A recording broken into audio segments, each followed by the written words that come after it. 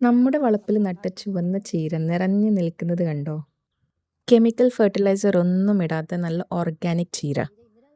ഈ റീല് കാണുന്ന ഭൂരിഭാഗം ആൾക്കാരും ഇങ്ങനെ ചീരയൊക്കെ നട്ട് വളർത്തുന്നതായിരിക്കും. പക്ഷെ സ്ഥലപരിമിതി കാരണമോ മടി കാരണമോ ഒക്കെ ചെയ്യാതിരിക്കുന്ന കുറച്ച് പേര് കാണും. അവരോടൊക്കെ എനിക്ക് പറയാനുള്ളത് ഇത് മാത്രം.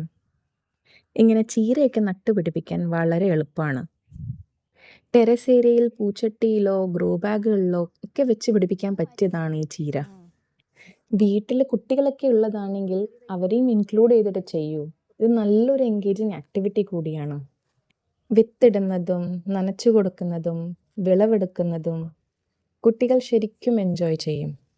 കുറച്ച് നല്ല ഇലകളും തണ്ടും പറിച്ചെടുത്ത് നന്നായി കഴുകി വൃത്തിയാക്കി ഇനി നേരെ അടുക്കളയിലേക്ക്. കണ്ണൂർ സ്റ്റൈലിൽ വറവുണ്ടാക്കാം. വെളിച്ചെണ്ണ ചൂടായി വരുമ്പോൾ അതിൽ അരിയിട്ട് മൂപ്പിക്കുക.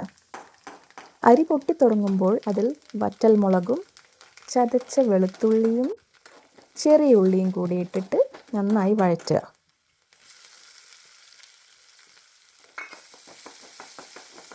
ഇതിൽ മുറിച്ച് വെച്ച ചീര ചേർത്ത് ആവശ്യത്തിനുള്ള ഉപ്പും മഞ്ഞൾപ്പൊടിയും കൂടിയിട്ട് നന്നായി യോജിപ്പിച്ച് അടച്ചിട്ട് കുറച്ച് നേരം വേകാൻ വെക്കുക.